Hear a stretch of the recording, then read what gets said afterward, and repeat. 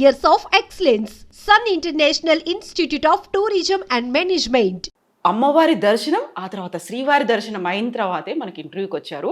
And ఇప్పటికీ నేను almost సెలబ్రిటీస్లవే ఒక 100కి పైగా ఇంటర్వ్యూలు చేస్తే ఎవరి దగ్గర చూడనటువంటి ఒక నమ్మకం, ఒక సెంటిమెంట్ అమ్మ దగ్గర చూశాను. అది చెప్పులు విప్పారు, కెమెరాకి దండం పెట్టుకొని మరీ వచ్చి ముందు కూర్చున్నారు. అమ్మ, ఈ సెంటిమెంట్ అనేది యూజువల్గా మీరు షూటింగ్ చేస్తున్నారు, సినిమాలో ఉన్నారు, ఆ రోజు క్యారెక్టర్ ఉంది అనుకుంటే మీరు కెమెరాకి దండం పెట్టుకోవచ్చు. బట్ ఇంటర్వ్యూ అప్పుడు కూడా చెప్పులిప్పి మరీ కెమెరాకి దండం పెట్టి కూర్చోవడం అంటే ఇది ఎందుకు చెప్పాలంటే ఎందుకంటే కెమెరా అన్నది మనం ఎవరు అని చూపించే ఒక అద్దం లాంటిది. మనకి తిండి పెట్టేది అది మన వృద్ధి, అది మనకి దేవుడు.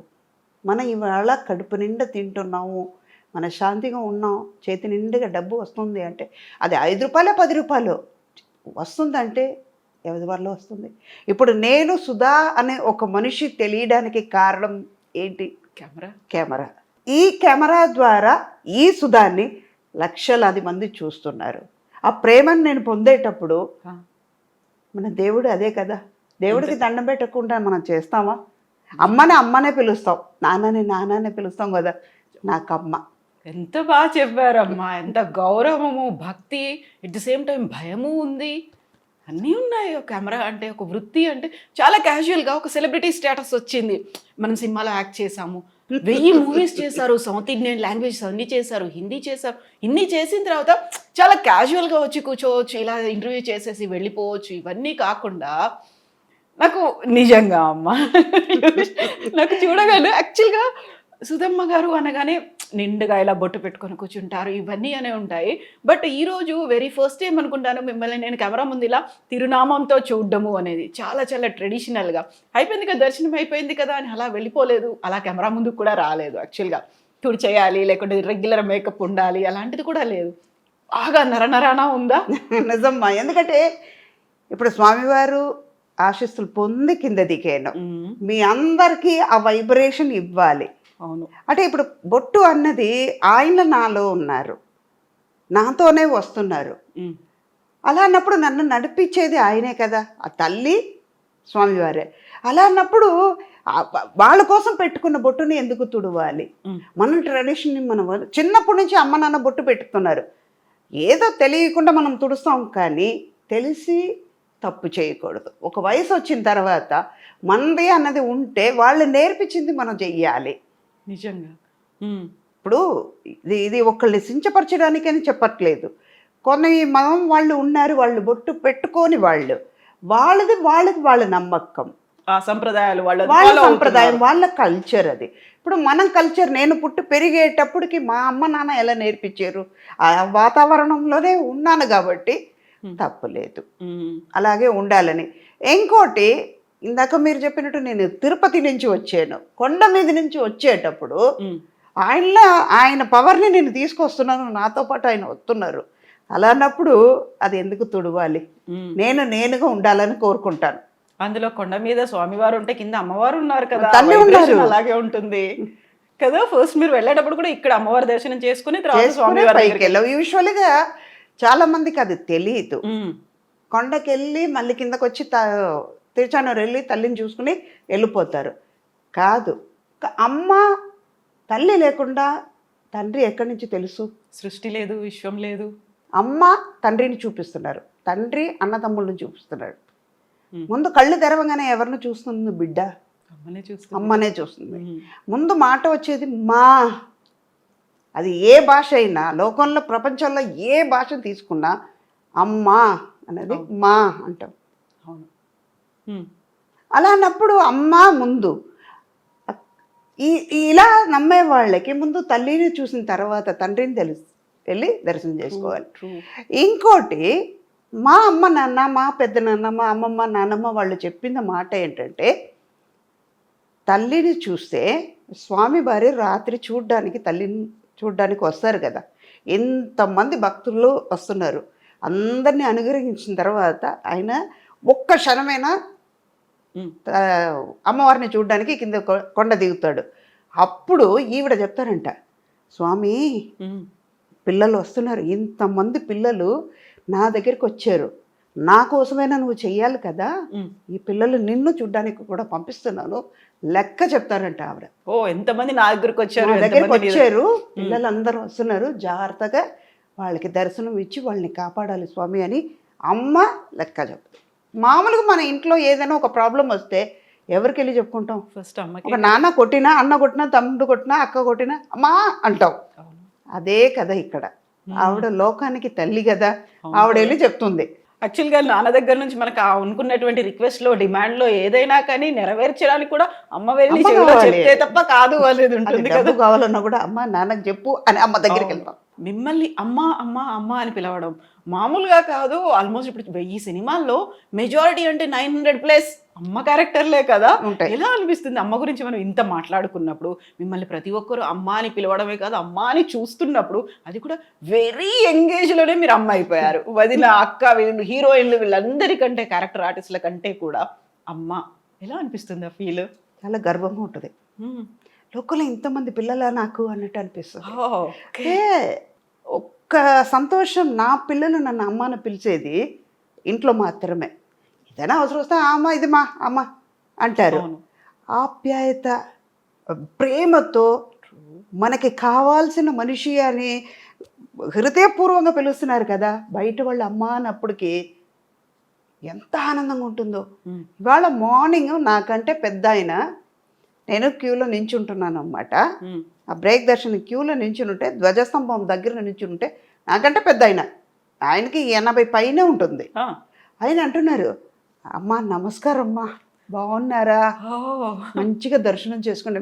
అంటే అమ్మ అన్న మాట, ఆయన నన్ను పిలవాల్సిన అవసరం లేదు, కానీ ఆయన అమ్మ అన్నప్పటికీ అమ్మ అని పిలిపించుకోవడానికి నేనెంత భాగ్యం చేసి ఉండాలి.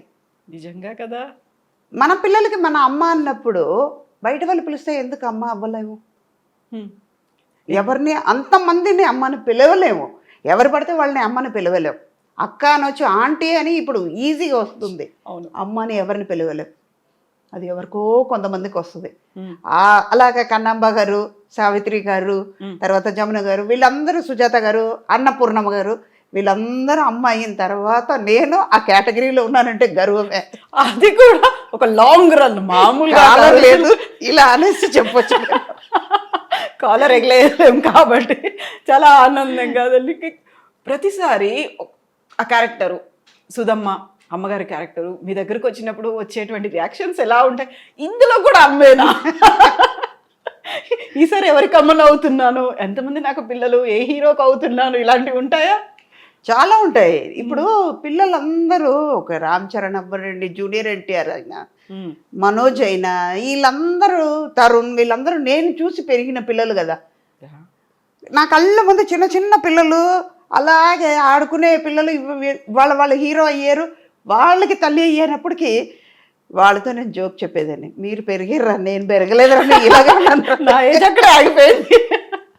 వాళ్ళే పెరిగారు, ఎందుకంటే నేను తల్లి అప్పుడే తల్లి అయ్యాను, తల్లి అలాగే ఉన్నాను, కానీ వాళ్ళే పెరిగి అలాగే పెద్దవాళ్ళు అయ్యారు. అమ్మ అలాగే ఉంది. తర్వాత మెల్లిగా అమ్మమ్మ అయినప్పటికీ కూడా రియల్ లైఫ్లోను అమ్మమ్మ అయినప్పటికి కూడా అమ్మగా మాత్రం, అమ్మమ్మ అయినా అమ్మమ్మకి అమ్మమ్మ అయినా కూడా ఇలాగే ఉంటా. నా వయసు 22 ఎల్లదు అలాగే. ఇప్పుడు ఆల్మోస్ట్ 40+ ఇయర్స్ నుంచి మిమ్మల్ని చూస్తున్నాము. ఒరిజినల్ వయసు ఎంత అడగకూడదు మామూలుగా అయితే, చెప్పడంలో తప్పులేదు. మా అమ్మ చెప్పుకునేవాళ్ళు, నీ వయసు తగ్గించుకుంటే నీకంటే అబద్ధం చెప్పేవాళ్ళు ఎవ్వరు లేరు అని. ఒక వయసు వచ్చిన తర్వాత, నేను 30 అంటే నమ్ముతారా? అసలు నమ్మదు. నేను ఈ శరీరంకి వయసు అయ్యి ఉండొచ్చు, నా మనసు, నా హృదయంకి 22, కానీ నా వయసుకి 61. నా శరీరానికి, అవును, దేవుడిచ్చిన శరీరం ఇది, ఇప్పుడు కాదు ఎప్పటికైనా కాలిపోయే శరీరంకి, దీని మీద ఇంత ఆశ పెట్టుకున్న దానికి 61. ఇది ఇంకా ఎన్నాళ్ళు ఉంటుందో అది ఆయింది లెక్క లేదు. చాలా చాలా మీరు చేయాల్సినవి ఉన్నాయి కాబట్టి, నాట్ ఓన్లీ రోల్స్ అనట్లేదు నేను, బోల్డ్ అంతా మీరు చేసే బాధ్యతలు మీకు ఉన్నాయి కాబట్టి నిజంగా ఆ, ఆశీర్వాదాలు ఉంటాయి, అమ్మ ఆశీర్వాదం మీకు ఉంటుంది, అలాగే ఉంటారు. 61 ఏళ్ళు. నేను యాక్చువల్గా 1 ఇయర్ బ్యాక్ నేను సుధమ్మ గారిని చూసినప్పుడు చెబ్బి చెబ్బి ఇలా బుగ్గలతో ఉన్నారు. ఇప్పుడు నేను మొత్తం తగ్గిపోయి కొంచెం సన్నగా అయిపోయారు మీరు. ఏమో మహేష్ బాబుతో జూనియర్ ఎన్టీఆర్తో ఎవరో ఇప్పుడు కొత్తగా వరుణ్ తేజ్ వీళ్ళందరితో హీరోయిన్గా చేయొచ్చేమో. అనుష్క శెట్టి వీళ్ళందరూ చేయట్లా, నేను చేయొచ్చు. ఎగ్జాక్ట్లీ. వాళ్ళకి అమ్మ మాత్రమే చేయాలా, వాళ్ళ పక్కన హీరోయిన్ చేయొచ్చు కదా. హైట్ కూడా సరిపోద్ది అనుకుంటా కదా. Height, colour. మెయిన్ ఏంటంటే ఈ జోక్స్ అపార్ట్ హెల్త్ కాన్షియస్ నాకు ఎక్కువ ఉంటుందమ్మా. మేము ప్యూర్ వెజిటేరియన్, కరెక్ట్గా టైంకి తింటాను. ఒక పదార్థం నచ్చిందంటే నా బేసిక్ చెప్తున్నాను. Okay. ఏంటి ఇది ఒక అడ్వైస్ లాగా ఉందని అనుకోకండి, ఉన్న సీక్రెట్ని ఇప్పుడు బయట పెడతా. ఇది మీరు కూడా పాటించండి, ఎంత ఆరోగ్యంగా ఉంటారో చూసుకోండి. అప్పుడు లైక్స్ నాకు వస్తుంది, కవితకు రాదు, నాకు వస్తుంది. మెయిన్ మన కాన్షియస్ ఎక్కడ ఉండాలంటే మన ఆరోగ్యం మీద ఉండాలి. మన కాళ్ళతోనే మనం నడుస్తున్నాం, మన చేత్తోనే మనం తింటున్నాం, మన ఊపిరి మందే, మన కళ్ళుతోనే చూస్తున్నాం. అలా అన్నప్పుడు దేవుడు ఇచ్చిన కళ్ళుని మంచిగా చూసుకోకుండా, మంచిగా ఉన్న చేతిని మంచిగా చూసుకోకుండా, నీ కాళ్ళతో నడుస్తున్నప్పుడు నీ కాళ్ళని జాగ్రత్తగా చూసుకోకుండా ఉంటే బతికేంటి, పోయినా ఏంటి? ఎఫెక్ట్ ఎవరికి పడుతుంది? పెయిన్ ఎవరు అనుభవిస్తారు? మనమే కదా. ఎదటి వాళ్ళకి పెయిన్ ఇవ్వలేము కదా. ఆరోగ్యంగా ఉంటే ఇంకా 10 ఏళ్ళు ఆశ ఎక్కువ ఉంటుంది, 10 ఏళ్ళు బతకాలని ఉంటుంది. కానీ ఆరోగ్యంగా ఉంటే ఇంకా ఎక్కువ పని చేయొచ్చు. మీ మనసు సంతోషంగా ఉంటుంది, పక్కన ఉన్న వాళ్ళని సంతోషంగా పెట్టచ్చు, ఎప్పుడు మీరు సంతోషంగా ఉండగలుగుతారు. ట్రూ. కరెక్ట్ టైంకి తింటాను, ఏది వచ్చినా ఇక్కడ ఎక్కించుకోను. పోతే పోనీ వచ్చింది.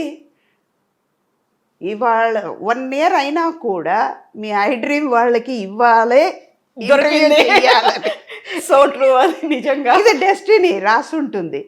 అది కూడా తిరుపతి స్వామివారి దర్శనం అయిన తర్వాత చెయ్యాలని ఆయన రాసిన తర్వాత నేను లెక్క మార్చి మార్చి రాస్తే కుదురుతుంది. ఎన్నిసార్లు మేము చెన్నైకి వచ్చినా ఎందుకు ఇస్తారు అప్పుడు? మీరు ఇవ్వరు కదా. అన్నీ రాసి పెట్టే ఉంటాయి. అలాగే నేను దీంట్లో ఇది ఆరోగ్యం గురించి వచ్చింది కాబట్టి చెప్తున్నాను. నేను ఇదంతా నేను ఆరోగ్యంగా ఉండడం వల్ల సాధ్యమవుతుంది, ఇంటర్వ్యూ ఇవ్వగలుగుతున్నాను. అవునా? టైంకి భోజనం చేస్తా. ఒక చిన్న పదార్థం నచ్చిందంటే అది పూర్తిగా అయ్యే వరకు తినేస్తాను, చాలా ఇష్టం తీరే వరకు తినేస్తాను. ఒక మైసూర్ పాకు ఉంది, ఎగ్జాంపుల్ చెప్తున్నాను. ఒక స్వీట్ ఎక్కువ తింటాను కానీ ఒక లిమిట్ ఉంటుంది. ఓకే, నాకు నచ్చింది, ఒక 2 పీస్ తినేస్తాను, 3 పీస్ తినాలి చాలు. ఇంకా వెగట్ వస్తుంది. వెగట్ వచ్చిన తర్వాత వద్దు, ఇంకా దాని దగ్గరికి వెళ్ళకూడదు అన్నంత వరకు తినేస్తాను. మళ్ళీ దాని జోలికి వెళ్ళను. అయిపోయింది కదా, తృప్తిగా తినేసావు కదా, ఇంకెందుకు అని నన్నే క్వశ్చన్ అడుగుతాను అనమాట. అలాగే ఫుడ్ మాత్రమే కాదు, చాలా చాలా చాలా చాలా వామ్ వాటర్ తాగుతూ ఉంటాను. పీక్ సమ్మర్లో కూడా చాలామంది నన్ను ఆర్టిస్ట్ మా కోస్టర్స్ అంటారు, అంత వేడిగా ఉంది, అంత వేడి నీళ్ళు ఎలా తాగుతావు అక్క అని. ఏమో చిన్నప్పటి నుంచి అది అలవాటు అయింది. వామ్ వాటర్ మన బాడీలో ఉన్న ఫ్యాట్ని కరిగిస్తుంది, స్కిన్ గ్లో అవుతుంది. అదే ఇందాక ఒక గోడ ఉంది, చిత్రం రాయాలంటే ఈ గోడ అన్న ఈ శరీరం బాగుంటేనే కదా చిత్రం రాయడం. స్వచ్ఛంగా కూడా ఉండాలి కదా, ఉండాలి, అందంగా ఉండాలి. First love your self. అప్పుడు మన మీద ప్రేమ చూపించాలంటే మన అందంగా ఉండాలి, మన ఆరోగ్యంగా ఉంటే అందం బయటపడుతుంది. ఇది సీక్రెట్. ఎన్ని లీటర్ల నీళ్లు తాగుతారు? ఒక రోజుకి ఎలాగైనా 5 to 7 లీటర్స్ వరకు తాగేస్తారు. అవునా? ఒక షార్ట్కి వెళ్ళి వచ్చినాక మా వాళ్ళకి తెలుసు, మా స్టాఫ్ తెలుసు, షార్ట్కి వెళ్ళి వచ్చిన తర్వాత ఒక 2 గ్లాస్ నీళ్ళు పెట్టేస్తారు, కంపల్సరీగా ఉంటుంది. ఆ ఫ్లాస్క్ అని లెక్క ఉంది, అది దానికి బాటిల్ వెళ్తూనే ఉంటుంది.